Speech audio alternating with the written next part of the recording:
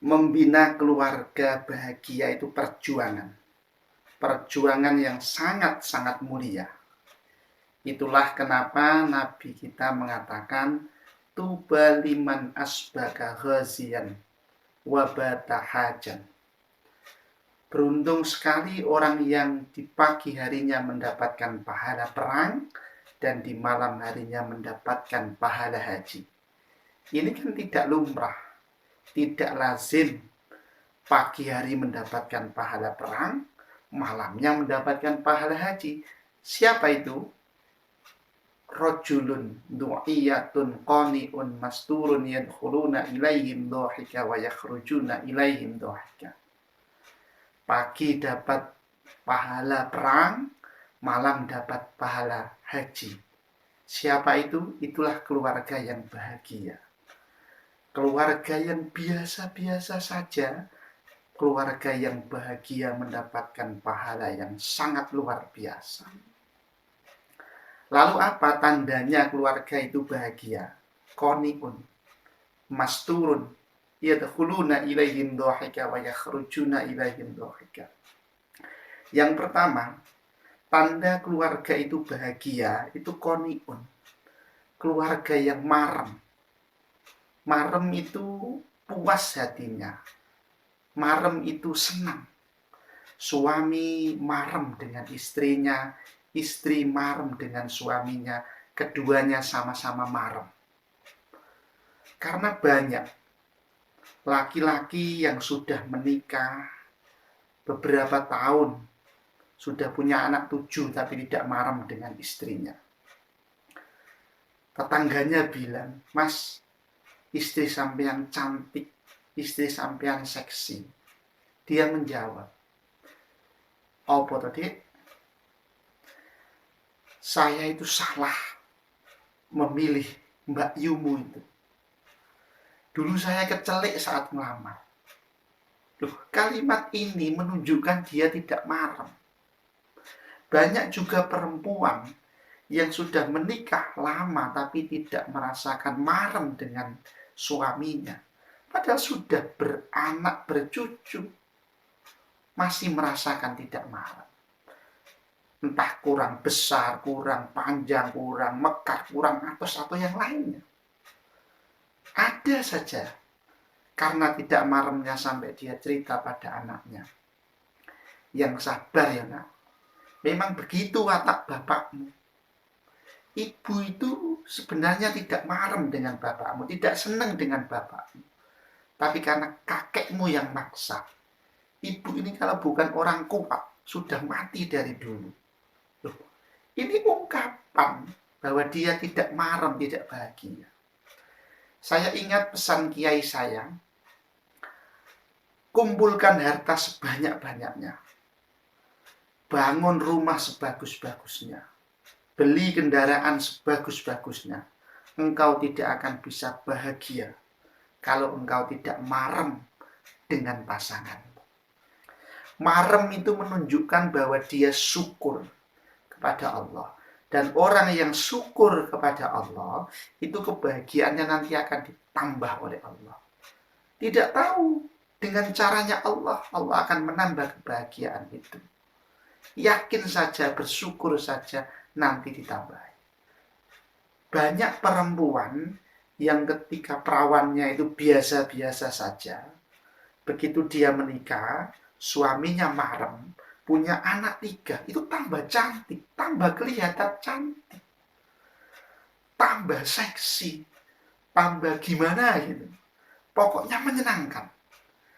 Tapi ada juga perempuan itu yang perawannya itu cantik. Dia menikah tapi tidak marem dengan pasangannya. Punya anak 2 itu tambah jelek. Jalannya tambah nyiring-nyiring. Nah itu sakit-sakitan. Tambah kurus, tambah jelek. Tidur itu sudah mongop. Di peluk itu kiki gitu. Ya Allah, tambah jelek. Ayo dimaremi. Karena marem, puas hati dengan pasangan, itu syarat menjadikan keluarga kita bahagia. Yang kedua, Tanda keluarga yang bahagia itu adalah masturun, menutupi kejelekan dan aib keluarga. Besan menutupi aibnya besan, menutupi jeleknya besan, menantu menutupi jeleknya mertua, mertua menutupi jeleknya menantu, istri menutupi jeleknya suami, suami menutupi jeleknya istri. Itu tanda keluarga yang bahagia. Kadang itu ada besan yang tega ngerasani besannya sendiri. Punya besan satu kok nggak pas. Kemarin saya silaturahim, membawakan roti yang paling enak, makanan yang paling enak, jajan yang paling enak, minuman yang paling enak. Ya Allah, baliknya cuma dibawain keripik singkong sama pisang yang kecil. Itu lambitura. Itu yang menyebabkan keluarga rusak, keluarga hancur. Jadi, supaya keluarga kita bahagia, laki-laki harus bisa menutupi aibnya istri. Laki-laki harus bisa menutupi jeleknya istri. Kalau ditanya, gimana kabar istrimu? Alhamdulillah Pak D, cocok dengan istikharah saya Pak D. Ngepres, cocok Pak D. Gitu, itu suami yang bisa menutupi jeleknya istri, itu tanda bahagia. Jangan sebaliknya, ditanya bagaimana kabar istrimu, gak tahu Pak D, ketipu Pak D, keliru Pak D, breset Pak D, breset. Jangan dikabarkan, itu jeleknya istri. Soal breset bisa diperbaiki. Begitu juga dengan istri. Tutupi jeleknya suami, tutupi aibnya suami. Kalau ditanya, gimana kabar suamimu? Alhamdulillah Pak D, Mas itu luar biasa. Mas itu kuat, tenaganya luar biasa. Mas itu loman banget. Saya belum minta, sudah dikasih Pak D. Itu istri yang bisa menutupi aibnya suami. Itu tanda istri yang bisa diajak bahagia. Jangan sebaliknya. Ketika ditanya, bagaimana kabar suamimu? Waduh Pak D, saya sering ketiduran nunggu Pak D, klimpruk, klimpruk. Jangan ceritakan aib suamimu. Orang yang bisa menutupi aibnya, aib pasangannya, aib mertuanya, sebaliknya juga seperti itu, besan juga seperti itu tanda keluarga yang bahagia. Yang ketiga, tanda keluarga yang bahagia adalah yadkhuluna ilaihim dhahika wa yakhrujuna ilaihim dhahika. Masuk bahagia tersenyum, keluar rumah juga tersenyum, artinya bisa guyon. Keluarga yang bisa guyon ini keluarga yang bahagia. Istri ketemu suami tersenyum, sebaliknya suami ketemu istri tersenyum. Begitu juga dengan anak, bisa guyon, itu tanda keluarga yang bahagia. Guyon itu sederhana, gampang, tinggal tapi tidak semua orang bisa guyon, tidak semua orang bisa bercanda. Padahal bercanda itu tanda keluarga yang bahagia. Banyak orang yang bisa bercanda dengan temannya di luar, tapi tidak bisa guyon dengan keluarganya sendiri. Lagi asik guyon dengan temannya, tiba-tiba pasangannya datang, waduh, bojoku lewat, bojoku piye gila. Ini gimana? Ada juga perempuan yang bisa guyon dengan temannya di luar, tapi dengan pasangannya sendiri tidak bisa. Guyon itu sederhana. Bercanda itu sepele, remeh-temeh. Tapi agama memandangnya itu sebagai sesuatu yang penting.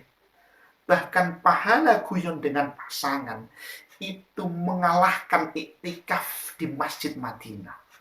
Loh, kalau kita orang Indonesia iktikaf di Masjid Madinah, itu kan membutuhkan biaya.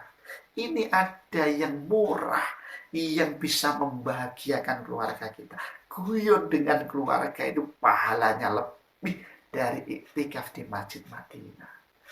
Itulah kenapa Nabi kita Muhammad ketika bersama istrinya itu kana duhakam bersama. Nabi itu selalu guyon dengan istri-istrinya karena pahalanya luar biasa.